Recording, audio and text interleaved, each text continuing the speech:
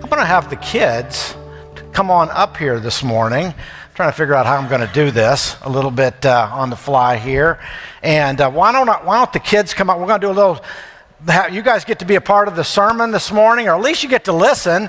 Why don't you just sit right here on this row? Let's do it that way, right there. That's perfect. That's perfect. Now, I would like you to face this way so you can see the screen, though. All right? And we got another row right over here. It's a little awkward if your feet are down there, but I got to have your head back here. But you can do it. You can do it. Great, great, great. We got any others that are coming up? Okay, looks like we got quite a group here. You guys, right after I saw you head out, just like you normally do, after communion, after our offering, and head out there. But today you get to stay in here and be a part of this sermon. And I'm going to try to say some things from Luke's gospel that are both important for the adults, but also for all of us, all the kids up here. And so I want to tell you this little story. When I was, I think I was in first grade. You've heard this one? You would, Boone. You've heard it. He's already, see, when I put the kids to bed, they always want stories, so I'm running out, all right? But this one was, I was in first grade, and I was on the bus, and there was a certain kid on the bus that he would say, "You can't sit there." And I said, "Well, why can't I sit there?" And he said, "You can't sit there because I said you can't. That's why." And his name, which I will not mention here since we're recording the sermon, and but many, many years ago it was, but I got tired of him talking that way to me. Anybody else ever feel like that, where somebody has just said some stuff to you and you're like, why are they saying that to me? I don't know what's going on. And I said to him, "You can't tell me what to do." And then he smacked me in the nose. And my nose started bleeding. And I'm on the bus, and the bus pulls into the school, and I got blood coming down my face and down my shirt and all of this. And that wasn't a very good situation at all. Well, do you know what? As we've been going through the Gospel of Luke, there are some people that don't like Jesus and want to kind of tell him what to do and what not to do, even though he's from God. He's God's son. They think they know better. And we might call them religious bullies. Okay, I had a bully on the bus there, but sometimes there are religious bullies. And Jesus said then, in this passage, he said, it's going to be really hard if you want to follow me. Some parts of it are like really easy. It's really easy sometimes to be in church, and it's fun, and you feel accepted, and your friends are here, and you feel like it's easier than being at school. But there are other times when following Jesus can get really difficult. And Jesus wanted his disciples to know that, and that's what this whole passage is about. There are some times where it can be pretty hard. And so I just want us to think for a minute about what do we do about those bullies, people who are against us or against our faith. And here was the passage that we put up. Well, there's first verse 4. I want you to see this one. This is the verses that went right before Phoebe and Ruby read this morning. There's two nice verses. Here's a really hard verse. And here's what it says. "I tell you, my friends, do not be afraid of those who kill the body, like my friend on the bus. He might be able to beat me up. And after that can do no more, but I'll show you whom you should fear. Fear him who, after your body has been killed, has the authority to throw you into hell." Children's Sunday. Do you know it's the only place this word Gehenna, hell, is used in the entire Gospel of Luke? So we might want to think about how it's being used, but it's a tough word. And he's saying, he has authority to throw you into hell. Yes, I tell you, we should fear him. Well, I got to wondering about this passage, and so I looked up another translation. That's the Message translation. I want you to see how he translates it. Eugene Peterson says, I'm speaking to you friends who are trying to figure out what to do about your bullies. Don't be bluffed into silence or insincerity by the threats of religious bullies. True, they can kill you, but then what can they do? Well, that would be pretty bad if they did kill you, right? But it's actually happening in some parts of the world. Okay? There's nothing they can do to save your soul, your core being. And I like the way he translates that. Save your fear for God, who holds your entire life, body and soul, in his hands. Now, that's a lot to think about for all the adults here, but I want to say it this way. When bullies make your life hard, fear God, who is stronger than any bully. Realize that when other people, what they think about you, it just really doesn't matter nearly as much is what God thinks about you. And I want you to tell you something. God is crazy about you. He really, really loves you and cares for you. So that's what's most important. I want to put up a picture here. This couple of months ago, we were out in San Diego. You remember that? Yep, the Grimshaws and the Kryders were out there, and we were out in San Diego, and there was this big ship. It's called the USS Midway. It's an aircraft carrier, and you can land planes on that thing and take planes off. Planes land, and they take off from there, and it's just absolutely massive. How many of us have been out to San Diego and seen this? Yes, it's amazing, amazing ship. I'm sure there are others like it, but we were certainly impressed. And what I want to say about it, it's big, and we have to respect it when we're climbing up it and trying to keep the whole family together because there are a lot of stairwells and a lot of areas where you could smack your head, where things could go wrong, where you could lose people down in there because there are multiple tiers to this thing. So we wanted to respect its weight and its size and its history and its purpose. And I think that that's what Jesus is saying about what we need to do with God, is we need to fear him. When it says fear him, that's what that fear looks like. Fear God like you would fear this ship.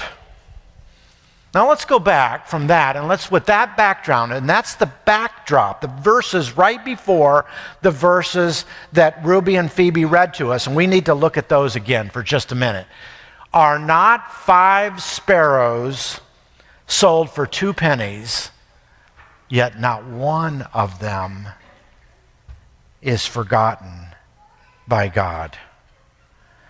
How much do you think a sparrow, let's go ahead and put up our next picture. How much do you think a sparrow is worth?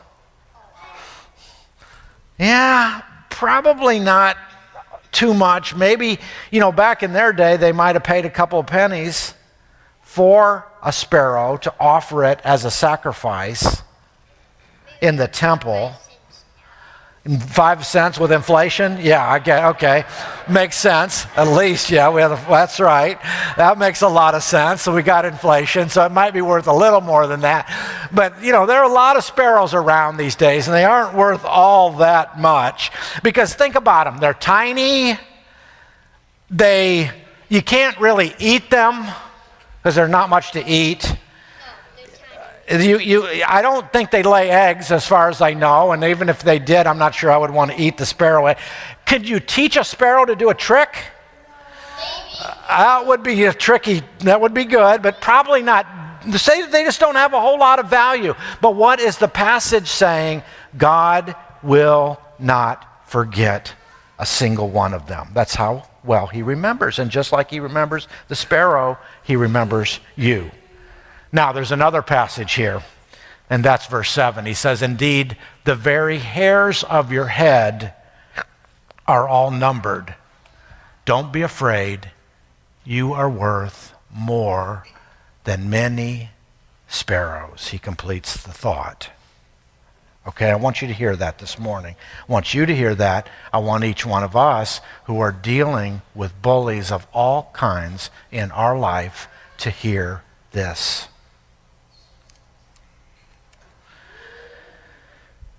The hairs on our head. How many hairs do you think you have on your head?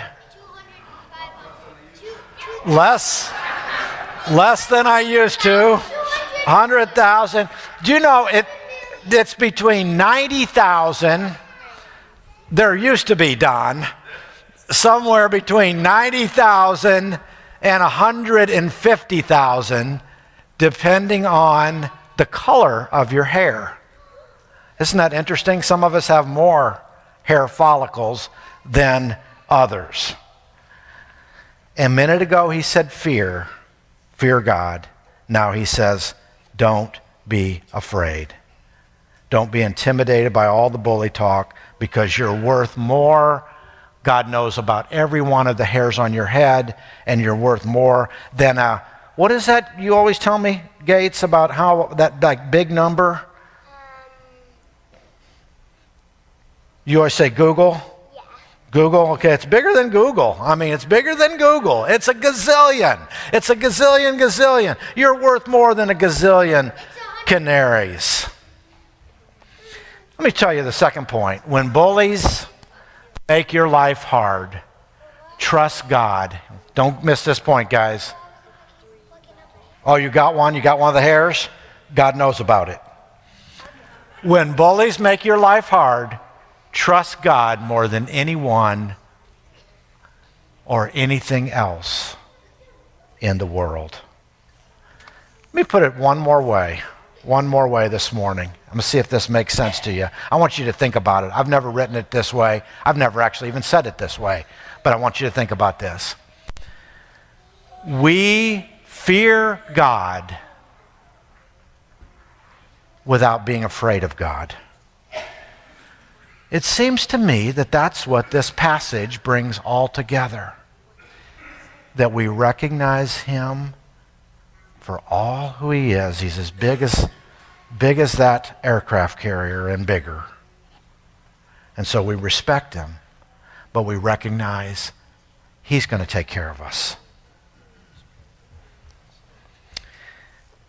It's a reason to pray. It's a reason to trust him more. It's a reason to make decisions for him, even when it's hard to do. You guys have been amazing this morning. Go on back to your seats for just a second. I'm going to give 3 or 4 more minutes for the adults.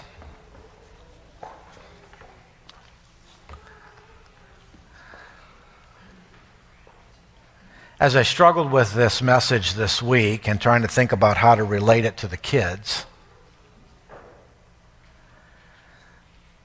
I was also struck because over the last few weeks, I've been, and maybe it's partly due to the class we're having upstairs, and it's also due to the algorithms that are at work in the world.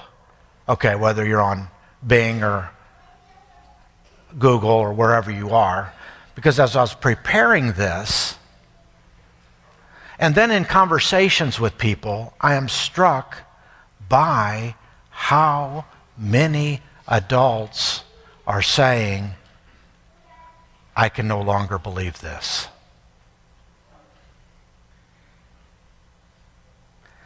I can no longer put my trust in the goodness of God. Some of their arguments are pretty compelling.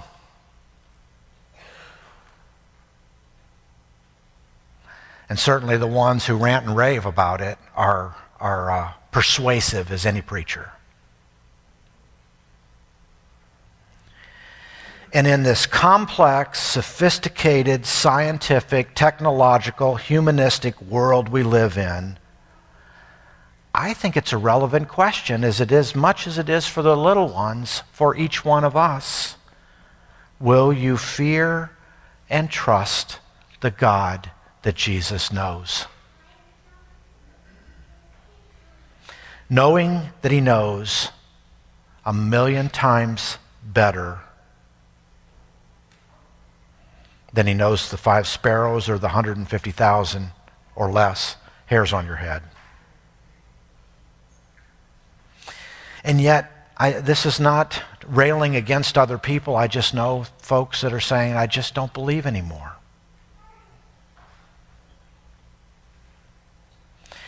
And while the invitation of the passage is for us to trust God in any and every situation, particularly during those times where we feel this resistance, this bullying,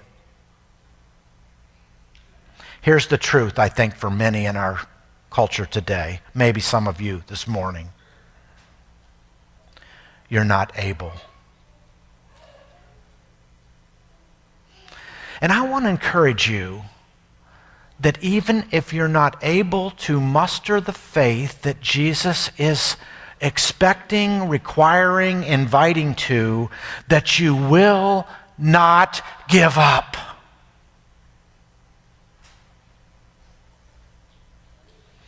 Do not run away from the community of believers. Don't leave the faith even when you cannot believe. And I'm going to tell you why. I believe that our faith is deeper and wider than what we believe.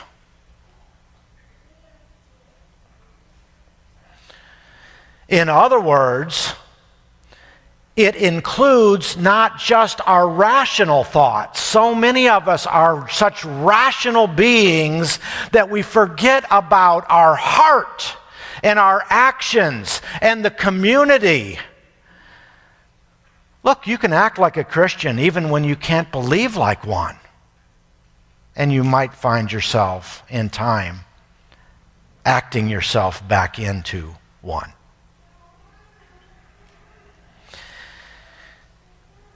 Because while sometimes we cannot believe in Jesus, what I believe the Scripture is telling us is that Jesus still believes in God. Now I want you to think about that. It's a bit of a paradigm shift from the way most of us have been geared to think. Jesus, while we sometimes cannot believe in Jesus, Jesus still believes. And that's the message of this passage. He trusts fully in the Father in this way. So I think there are times where Jesus believes for us.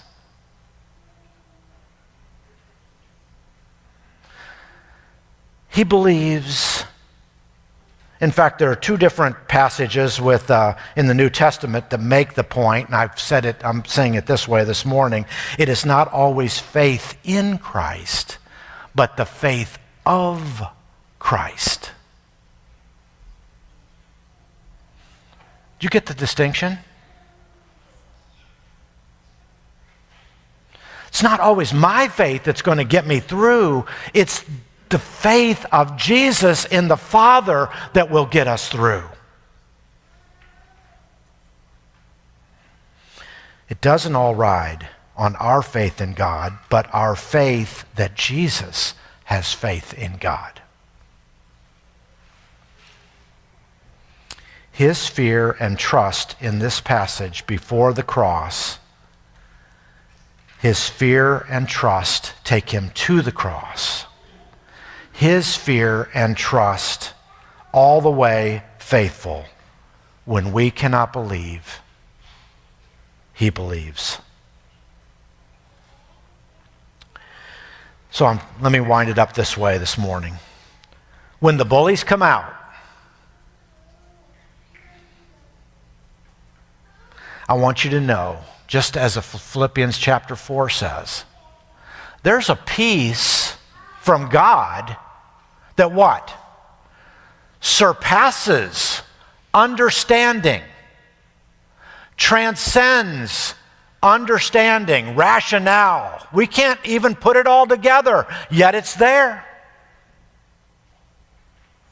Likewise, Ephesians chapter 3, Paul says, I want you to know a love that surpasses knowledge. You may say, I don't get it. And yet God's got the love, and He keeps it going. The term to describe all of this is the buoyancy of God. God's good ability to hold us up. It is beyond our confidence and our understanding and our explanation. Just when we cannot hold ourselves, if we will simply relax, surrender, to use the metaphor of buoyancy, float.